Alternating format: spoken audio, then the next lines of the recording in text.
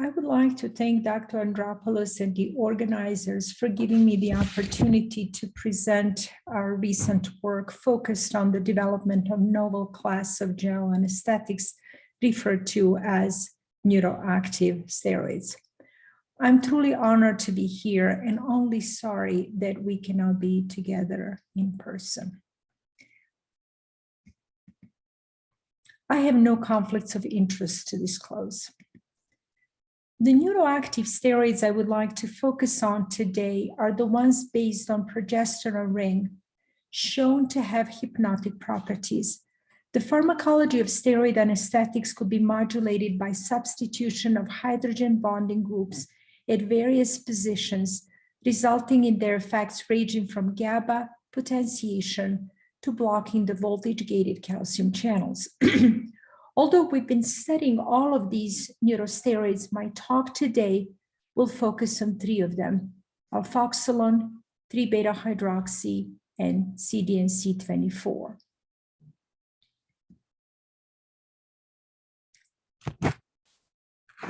We began our assessment of the in vivo effects of these neuroactive steroids by studying their hypnotic properties using the loss of writing reflex, a well-known model of measuring sedative effects in rodents. We started our dose response studies with 3-beta-hydroxy and compared it to ketamine, a commonly used intravenous anesthetic in pediatric population that is known to be neurotoxic to a very young brain. As you can see, both 3-beta-hydroxy and ketamine cause dose-dependent loss of writing reflex in 7-day-old rat pups, with the ED50s being comparable around 4 milligrams per kilo. Based on the LD50s as shown in this insert, the therapeutic index for 3-beta-hydroxy was around 20, and for ketamine was around 23.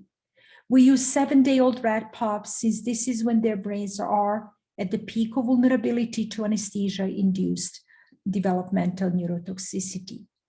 Since the neurotoxic dose of ketamine was published to be at 40 milligrams per kilo, we calculated the equipotent dose of 3-beta-hydroxy based on our loss of writing reflex experiments and concluded it to be 10 milligrams per kilo.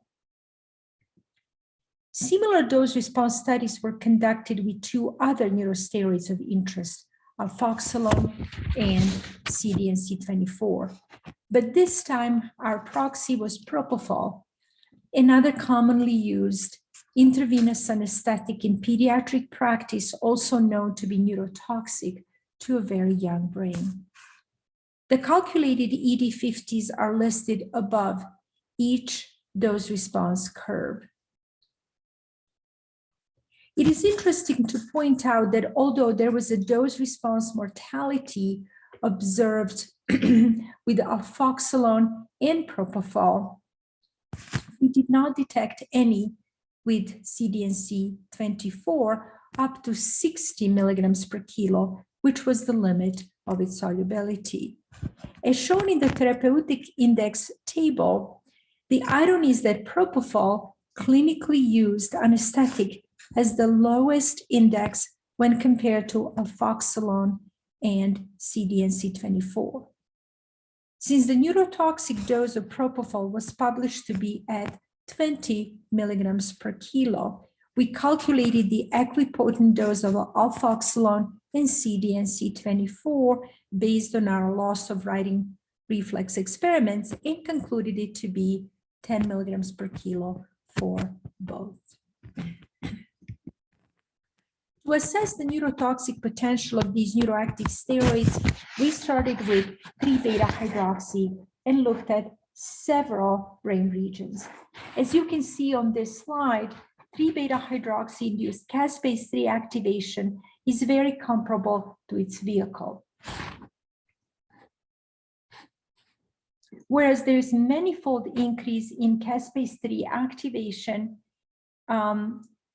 induced by ketamine when compared to 3-beta-hydroxy or its vehicle saline.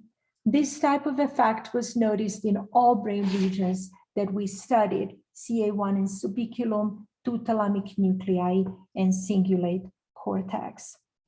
Based on these findings, we concluded that 3-beta-hydroxy does not induce developmental neuroapoptosis. Similar observations were made with alfoxylon and CDNC24, as shown on this slide. Both alfoxylon and CDNC24 induced caspase-3 activation that was very comparable to their respective vehicles, whereas there's manifold increase in propofol-induced caspase-3 activation when compared to its vehicle interlipid or alfoxylon or CDNC24. Based on these findings, we concluded that alfoxylon and CDNC24 do not induce developmental neuroapoptosis above and beyond what is observed with their vehicle. And you can see this in subiculum as well as a couple of segments of medial prefrontal cortex. Considering the neurosteroids appear to be effective and safe general anesthetics in young pups, we set out to examine the functional outcomes by focusing on cognitive development in young adulthood.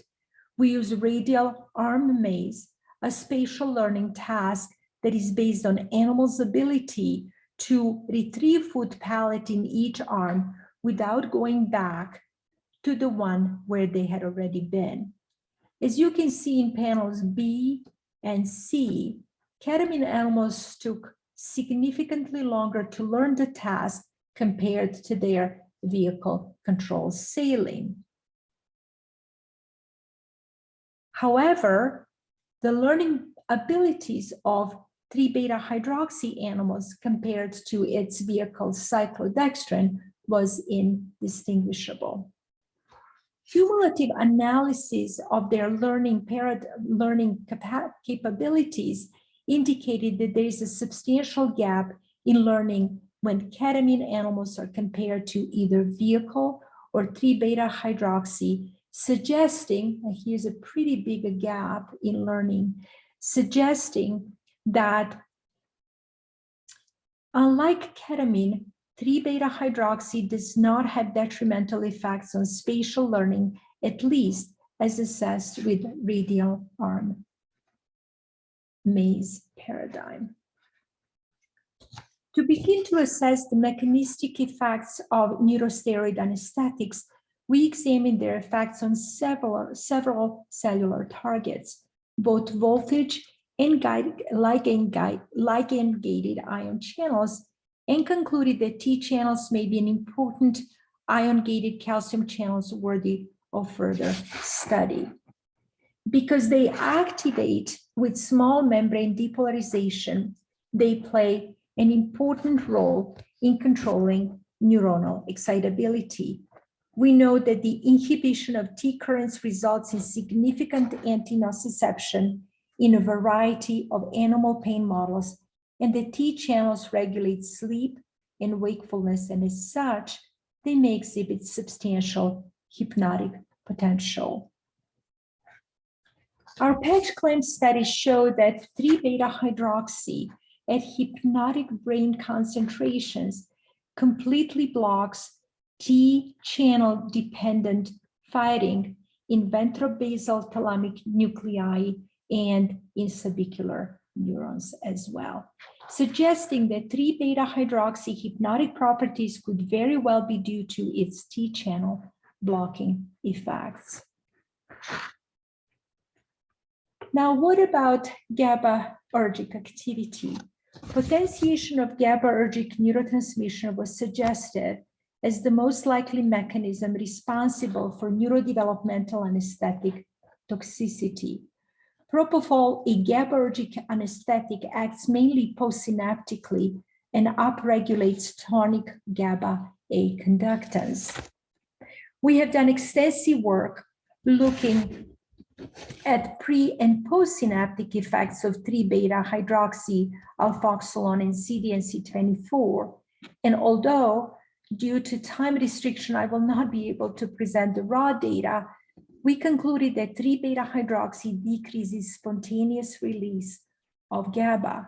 Interestingly, alfoxylon and CDNC24 induced postsynaptic potentiation of GABA-A receptors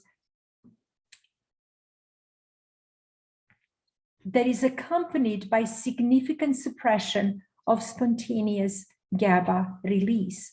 In addition, due to its blocking of presynaptic voltage-gated calcium channels, alfoxylon suppresses both evoked and spontaneous presynaptic GABA release, thus taming the activation of postsynaptic GABA receptors.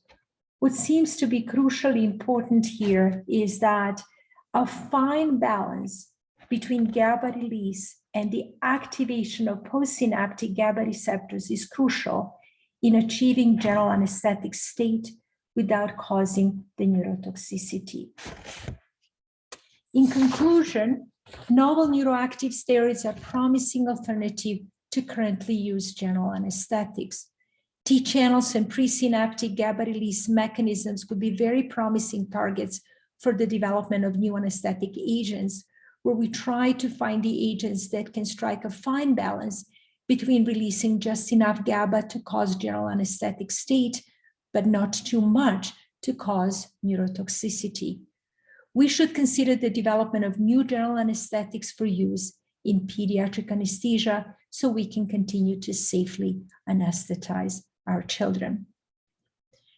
I would like to take a moment to express my utmost gratitude to very talented people who have over the years contributed to this important line of research.